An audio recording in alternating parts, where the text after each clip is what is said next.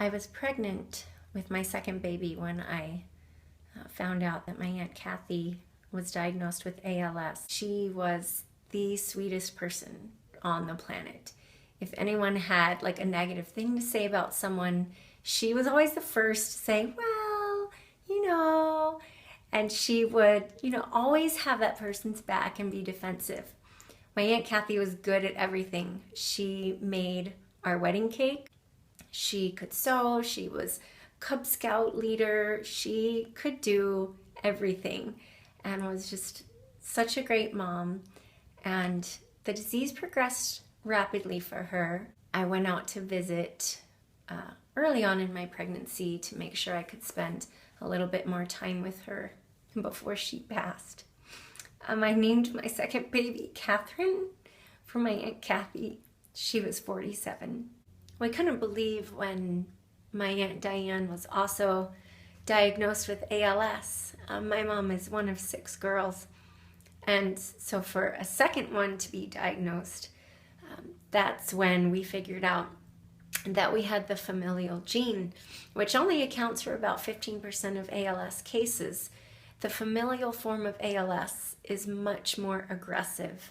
From diagnosis to death is about a year. My Aunt Diane was an incredible person. She was one of those aunts who never forgot a birthday, always knew what was going on in your life. She went through some hard things in life, but she got through it, and she was a strong woman.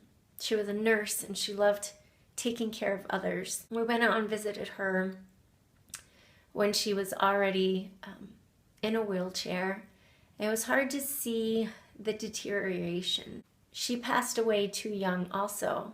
She was 53. She had grandbabies who were so little that she doesn't get to enjoy. Social media can be a funny thing, and my mom was able to connect with a cousin that she hadn't really gotten to keep in touch with throughout life, and it was her cousin Liz, and they met and they instantly became best friends, and Liz became another aunt to us. She was so interested in our lives and just kind of jumped into the family, and she and my mom were just 2 peas in a pod, and so we instantly embraced Liz. So it was so tough for my mom, having lost 2 sisters. And then she just got this amazing cousin back into her life who was like a sister. Beautiful Liz. She looked just like my grandma. And my mom recognized the symptoms in Liz before Liz even wanted to acknowledge them. And I felt bad for my mom. She knew what was coming, and luckily she had that knowledge, and she could be there for Liz every step of the way and kind of guide her in some of the tough decisions that she had to make. Liz is amazing, another amazing woman. She has 2 daughters, one with cerebral palsy. She was the caretaker. Such an incredible human being on this planet.